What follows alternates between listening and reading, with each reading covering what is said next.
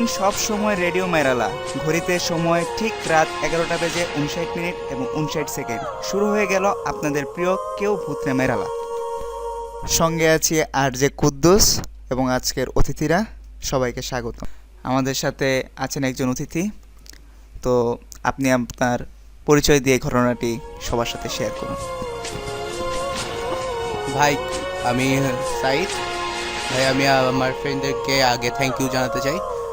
মেহরাব, সাজিদ, কুদ্দুস, রনি, বাশার, আনাস, এদেরকে সবাইকে ধন্যবাদ জানাতে চাই। ঠিক আছে, তারপরে গল্পটা শুরু করুন।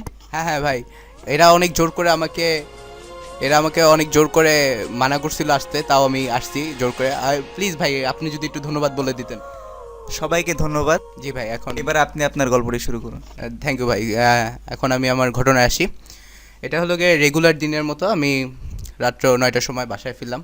বাসায় ফেরার পর এখন আমি ড্রেস চেঞ্জ করে ডিনার করে রেস্ট নিতে বসলাম। তখন দেখি আমাদের দরজার মধ্যে আওয়াজ হচ্ছে মেন গেটে। তখনই বুঝতে পারলাম যে এখন আমাদের বাসায় মনে হয় কেউ আসছে। সো আমি একটু কৌতূহলী হয়ে আগায় গেলাম।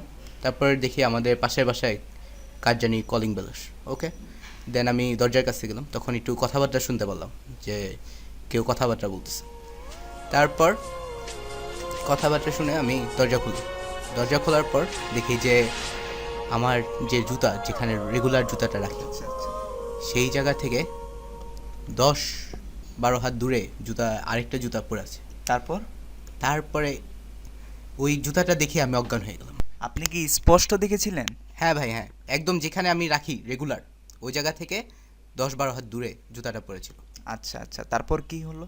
তারপর ভাই আমি ওইটা দেখি অজ্ঞান হয়ে যাই। পরে যখন জ্ঞান ফিরে তখন আমি দেখি যে সবাই আমার মাথার উপরে পানি ঢালতেছিল। তারপর যে পূর্বে যা ঘটেছিল তা কি আপনার পরে মনে পড়েছিল? ভাই, যেই হারে পানি ঢালতেছিল ওদের আমি ওইটা মনে করবো কিভাবে ভাই। আচ্ছা, যাই হোক, তারপরে আরও একটা আজব ঘটনা ঘটে। আমার পাশের বাসায় যে মহিলা, হিন্দু মহিলা, আচ্ছা, সে আইসা বলে কি, সে বলে মাওলানা। কি মাওলানা? হ্যাঁ, মাওলানা বললা কি জানি একটা মন্ত্র পড়া শুরু করলো, কীরকম আজব টাইপের জানি, ছুমন্ত ছু না কিরকম এরকম টাইপের একটা মন্ত্র পড়া ফু দিল। তারপর থেকে একটু আমার আর কি এই ঘটনাগুলার মনে থাকলো না ভালোভাবে। এগুলোর সাথে আমি অত বেশি একটা রিলেটেড ছিলাম না। সে আমাকে একটা জিনিস সাজেস্ট করছিল ভাই, কি জিনিস? যে জুতা সবসময় সেলফে রাখতে। এর জন্য এরপর থেকে আমি জুতা সেলফে রাখি। এখন পর্যন্ত ভাই এই ঘটনাটা আমার সাথে আর হয়নি। ও আচ্ছা আচ্ছা। এখন আমি এই ঘটনাটা কেন হয়েছে ভাই, এটার ব্যাখ্যাটা আমি খুঁজতেছি। এত বছর ধরে আমি এই ব্যাখ্যাটা খুঁজতেছি ভাই।